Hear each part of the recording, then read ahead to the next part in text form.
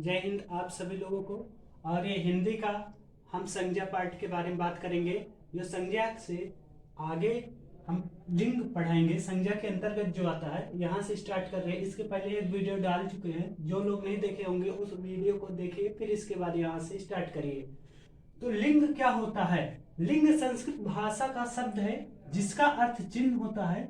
लिंग दो प्रकार का होता है। तो यहाँ से सीधा सा प्रश्न बनता है कि लिंग किस भाषा का शब्द है? किस भाषा का है? संस्कृत भाषा का शब्द है। लिंग का पूछता है अर्थ क्या होता है, तो लिंग का अर्थ क्या होता है? चिन्ह होता है।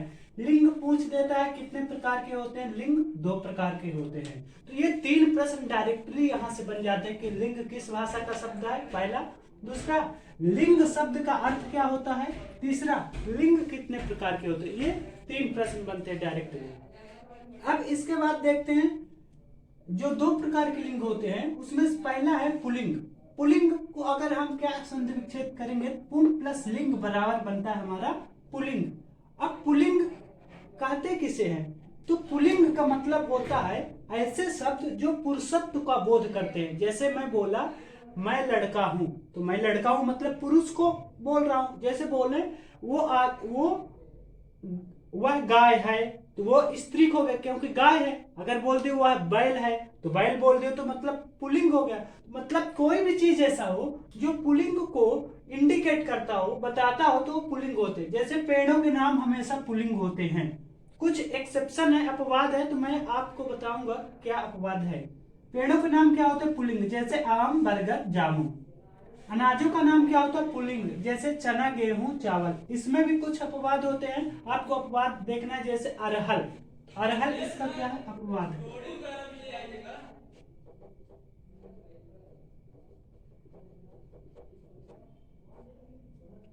फिर क्या? महीना के नाम, दिनों के नाम, पर्वतों के नाम, ये सभी क्या होते हैं? ये सभी पुल्लिंग होते हैं। फिर प्रयोग के आधार पर देखेंगे।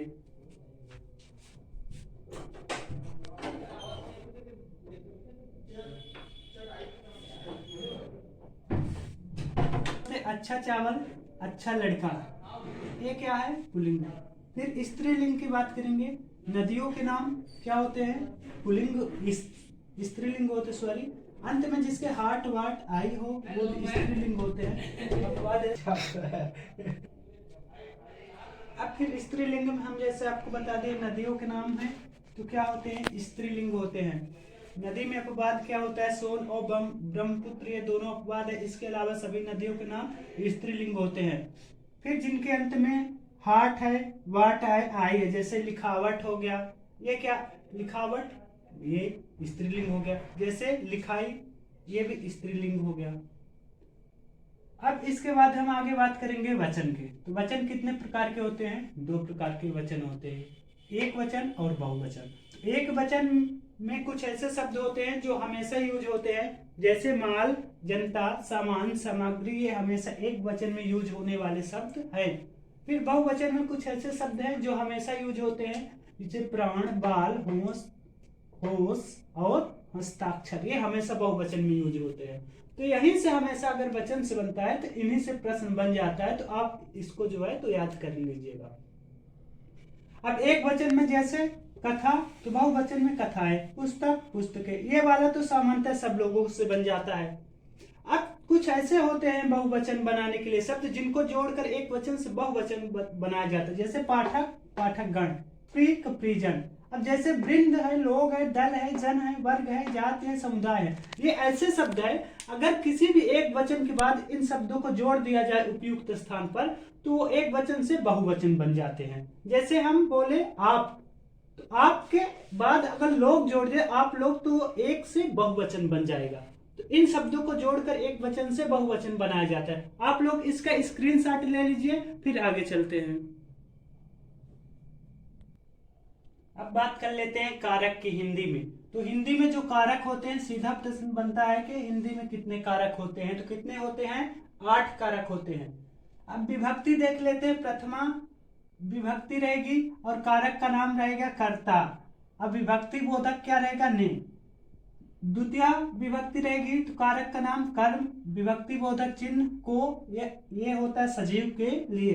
तृतीया में होगा कारण, के द्वारा या से, चतुर्थी में होगा संप्रदान के लिए या को, पंचमी में अपदान से अलगाव, अपदान का मतलब होता है से अलगाव। अब षष्ठी विभक्ति होगा संबंध का के की या रा रे री, सप्तमी में अधिकारण में या पर, संबोधन हे या अरे। अब आपको यहाँ से याद कर लेना है और इससे अभी हम आपको जस्ट प्रश्न करवा रहे हैं तो आपको पता चलेगा कि हम कैसे पहचानेंगे कारक क्या है। जैसे हम बता रहे हैं आपको एक प्रश्न, इसी में आप स्क्रीनशॉट इसका ले लीजिए, फिर हम बता रहे हैं प्रश्न। अब बात कर लेते हैं हम कुछ PYQ जो SSC GD में पूछा है या MPSI UPSI पटवारी, किसी न किसी एग्जाम में कई बार ये प्रश्न पूछे जा चुके हैं, ऐसे ही प्रश्न लिए हैं। पहला प्रश्न है गंगा हिमालय से निकलती है में कारक है, मतलब गंगा हिमालय से निकलती है तो आपको कारक में हम बताए कारक कितने होते हैं, 8 कारक होते हैं। उसमें से एक कारक हम आपको बताए आपदन। आपदन का मतलब होता है अलगाव, किसी चीज से अलग होना। तो अगर ये हमारा हिमालय है और हिमालय से गंगा निकल रही है तो इसका मतलब ये है हिमालय से अलग हो रही है, और अलग होने का ही मतलब क्या होता है आपदान कारक। तो इसमें कौन सा कारक हो जाएगा, आपदान कारक। और संबंध का मतलब बताए हैं का के की रा रे री। अब प्रथम कारक अगर होगा तो कर्ता ने, इस तरह कोई है नहीं। द्वितीय विभक्ति होगी कर्म, तो ऐसा हो नहीं सकता। अब पेड़ पर पंछी बैठे हैं में कारक है। अब आपको याद करिए कि कौन सा इसमें कारक होगा। तो आपदन तो बता दिया अभी जस्ट ऊपर, ये तो होगा नहीं। संबंध भी बताया, ये भी नहीं होगा। तो अधिकारण का मतलब होता है में या पर। अधिकारण का मतलब क्या होता है, में या पर। अगर यहाँ पर नहीं लगा होता, में भी होता तो भी अधिकारण इसका सही ऑप्शन होता, और पर लगा है तो भी सही ऑप्शन होगा। फिर अगला क्वेश्चन है निम्न में एक वचन सदैव प्रयोग होने वाला शब्द है। अब यहाँ पर प्रश्न को बहुत अच्छे ध्यान से पढ़ना है, क्योंकि ऐसे प्रश्न में स्टूडेंट गलत कर देते हैं। प्रश्न क्या बोल रहा है कि सदैव, इस शब्द को आप हमेशा याद रखिएगा। सदैव का मतलब होता है जो हमेशा यूज होता हो उसी फॉर्म में। तो दिया है जनता, प्राण, पुस्तक, कथा। तो अब यहाँ पर हम देख रहे हैं कथा भी एक वचन में है, पुस्तक भी एक वचन में है, और जनता भी एक वचन में है। तीनों तो एक वचन में है। प्राण ऐसा शब्द है जो बहुवचन में यूज होता है, तो हमसे पूछ रहा है सदैव एक वचन में। तो सदैव एक वचन में केवल जनता ही एक ऐसा शब्द है जो सदैव एक वचन में यूज होता है, और प्राण बहुवचन में। पुस्तक की बात करते हैं तो पुस्तक से क्या बनता है, पुस्तकें, तो ये होगा नहीं। कथा का क्या बनता है, कथा का बनता है कथाएं, ये भी होगा नहीं क्योंकि इसका बहुवचन बन जाता है। अगला है भाववाचक संज्ञा है, मतलब आपको यह बताना है कि इसमें से भाववाचक संज्ञा कौन सा है। अगर आप पहचान सकते हैं बताइए, कमेंट में करिए कि भाववाचक कौन सी संज्ञा है। अगर कवि की बात कर लेते हैं, कवि क्या होता है, एक जातिवाचक होता है। क्यों, क्योंकि कवि में हम बोल सकते हैं सूरदास, तुलसीदास, शिवमंगल सिंह सुमन, ये सभी कवि है, लेकिन कवि क्या है, एक जाति होती है। अगर राम की हम बात कर लेते हैं तो राम क्या है, एक व्यक्तिवाचक संज्ञा है, तो ये हो नहीं सकता क्योंकि किसी का नाम है। मित्र की बात कर लेते हैं तो मित्र क्या है, एक सिंपल सा शब्द है, संज्ञा है, इसलिए ये तो हो नहीं सकता।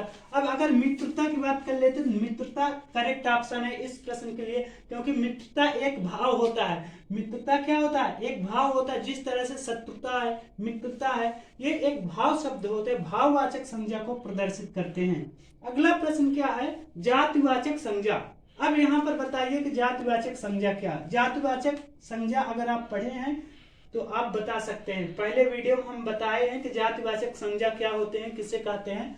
तो जात का मतलब होता है जो एक प्रकार की अनेक वस्तुओं का बोध करे, ऐसी संज्ञा को हम जातिवाचक संज्ञा कहते हैं। और जातिवाचक संज्ञा में हमारा कवि आता है, क्योंकि अभी आपको हम यहाँ पर बताए हैं कवि में क्या आते हैं, जितने भी कवि होगा। किसी एक कवि के लिए तो जातिवाचक बना नहीं, ऐसा तो हम नहीं बोल सकते हैं कि सूरदास बस कवि है या तुलसीदास बस कवि है। तो कवि का मतलब होता है उसमें जितने कवि आ जाए, 1,00,000, 2,00,000, 10,00,000 जितने भी कवि आएंगे सब कवि के अंदर ही आएंगे, किसी एक के लिए कवि शब्द नहीं बना है।